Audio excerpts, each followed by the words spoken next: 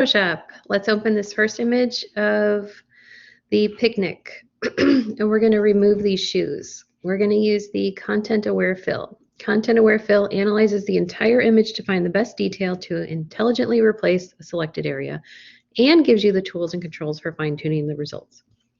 This makes it an excellent tool for removing larger objects and people against a complex background. So instead of using the clone stamp tool, which I would normally do for this, we're going to do it the right way. So let's select it by using the lasso tool, which is the third one down, and we're going to select the shoes. And it can be a loose selection. It doesn't have to go right up against it. Okay. And then we're going to choose Edit. And we're going to scroll to Content Aware Fill. There it is. I'm sorry, it was above that. Content Aware Fill. And a new thing will come up. So the left side of the Content Aware Fill workspace shows a green overlay in the sampling areas, which are the areas that Photoshop considers as it chooses source detail for creating the fill. In the upper left are the tools for modifying the sampling area and your original selection. The center area shows the live preview of the fill, which updates as you make changes to sampling. And the right side of the workspace offers options for modifying the appearance of the sampling overlay and controls modifying how the fill is created. So if the default isn't perfect, which I don't know if you can, if this bugs you, but there's like little things hanging out where it doesn't line up exactly, you can use the sampling brush. Here it is. Sampling brush to add or subtract options or remove image details used as source material for the fill. Choose the subtract option and brush over the green overlay to exclude parts. So I don't know if I do that, if it'll exclude things. There's a pattern, try turning on the scale option. So if I click the scale, mirror rotation, it says it'll cause unexpected results, but really it just nicely heals up that pattern. That's what I wanted. So just so we can see that again, without scale, the pattern looks okay, but it's a little, there's little areas that are not perfect. And if you click scale, it looks so good. All right, and that is that. So we hit OK. I'm happy with that. I'm really happy with that. And now those shoes are gone. You can hit deselect and magic. You can save that if you want, or we can move on to the next one. Everybody with me? Did that work for you all? Yep. Cool. Okay, next thing we're going to do is the Washington Monument, and we're going to clear up imperfections with spot healing. So the spot healing brush, which we just worked with in the last demonstration, it analyzes the areas surrounding where you brush and finds the best way to convincingly blend that surrounding detail to remove an object. It's ideal to use for minor imperfection and small details. So with the background layer active, choose layer, new layer, or just create a new layer, and make a copy of the, oops, I gotta make a copy of it, sorry. My bad. So I'm gonna just drag this down and make a copy of that. Okay, and in the options bar for the spot healing brush, wait, let's select the spot healing. Make sure that's selected. And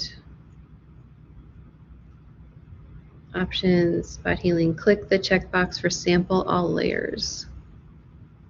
So if that was not selected, select that. So now with the tool selected, tap the right square bracket key several times to enlarge the brush or pointer to a size that you want. So ours is set up for the last time we used it. You can see it's kind of small. We want to get rid of some of these ducks. So I'm actually going to move my hardness to about 40. And I'm going to up my size of my brush to, like, let's see what 60 looks like. That's pretty good. It looks duck-sized.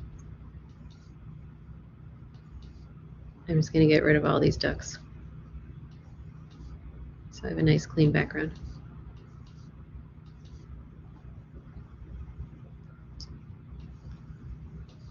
There's the little guy out there. So just, paint over the areas you want to select and fix.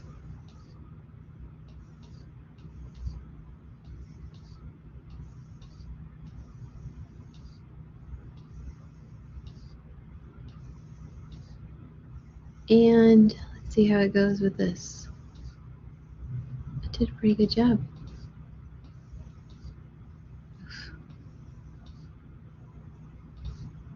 Okay. I don't love the marks it's making there, but okay. So if you want to experiment, the content aware option works best for areas that contain elements of a pattern like rippled water. Proximity match can be effective for areas that contain more uniform or uncomplicated detail. And when retouching close to or similar areas of contrasting brightness or color, the spot healing brush tool may inadvertently include some unwanted surrounding detail. To restrict the tool, try making a lasso selection to exclude the areas you don't want to copy. And that is the spot healing tool. Now we're going to move on to the Painted Hills image here. And we're going to make a copy of this layer again. Okay. So we're going to use the healing brush on this one. The healing brush is a tool similar to the spot healing brush, but it allows you to choose where to sample the detail that will be used to retouch an area. It creates a smooth blend between the sample detail and the area you're retouching, making it an excellent tool for tasks where seamless color blending is important. So make sure, let's see, if I'm in the healing brush, make sure you're in the healing brush. And make sure under sample, it's sampling current and below. You could have it say only the current layer or all layers, but let's just do current and below because we want to sample from this layer. So let's zoom into this guy right here. Oof, maybe zoom out just a little bit. And let's use our brush. Okay, I want to define a source point. I think my brush is too big. I'm going to pull that back. Maybe I'll give it a little 25% hardness. All right, let's see. I'm going to click an area. To me, this tool is very similar to the clone stamp in this instance.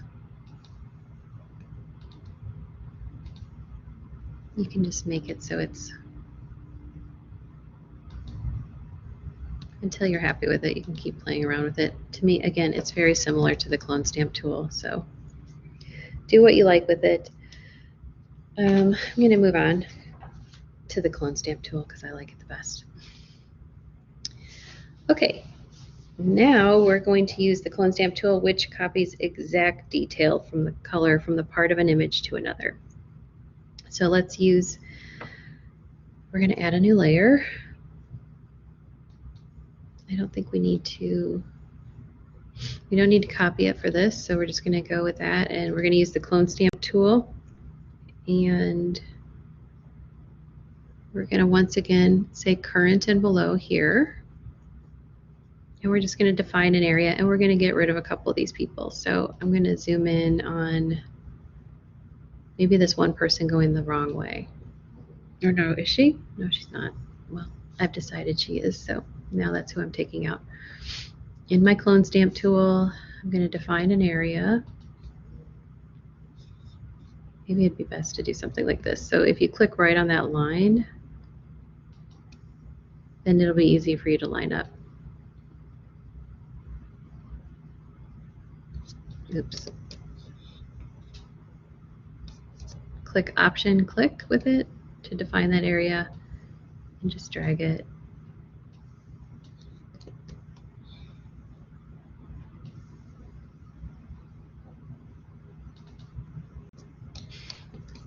Really not doing great. And you just sort of paint the new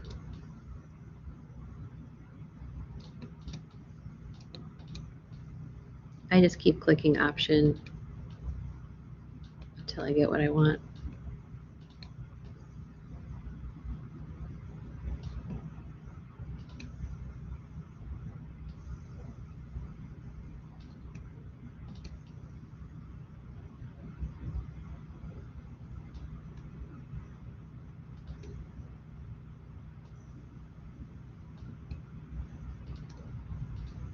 I'll fix that in a second. That's her shadow, so we wouldn't want that there anyway. I personally think the more times you click and choose a new section, the better it's going to look, because otherwise it gets very similar to the pattern, and the eye is like happening here. You can tell it's a Photoshop job. If too many pixels are repeated, so just be aware of that. You don't want to repeat your pixels too much. Yeah, I actually have problems when I do the clone step. I just keep using the same thing over and over again, and it's the same thing happens. So it's a habit I got to break. Yeah. I think because you find one, you're like, oh, this is great, and then it wears off. Perfect. Yep. Yeah. Nothing screams like I'm new at Photoshop, like. Right. But that's fine. That's why we're here, and that's why we're practicing, right? Right. Right. Mine's a little wonky on the top, but you get the gist. You can keep playing with that. You can keep playing with all these as long as you like. I just wanted to show you these tools, repeat what we just learned. Okay, last one is the horses. All right, so we're going to use the patch tool right here, the patch tool.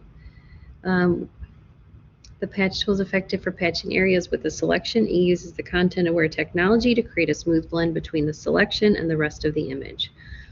So with the background layer active, which it is, choose layer, new layer, via copy.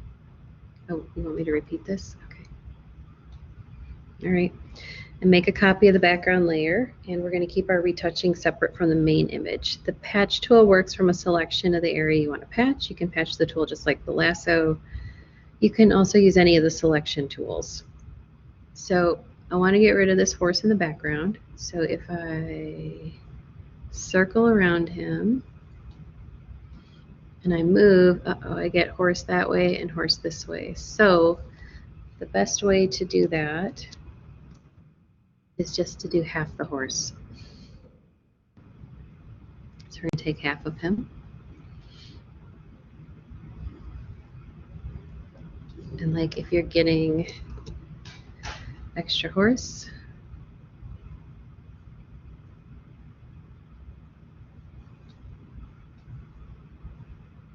yeah, just move it a little bit so you get what you want. And then I think we could actually touch it up just a little.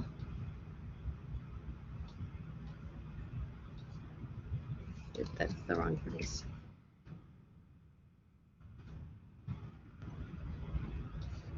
And it'll sort of keep smoothing it out. So you can do it several times to get the look that you're hoping for, and it'll sort of gently do it.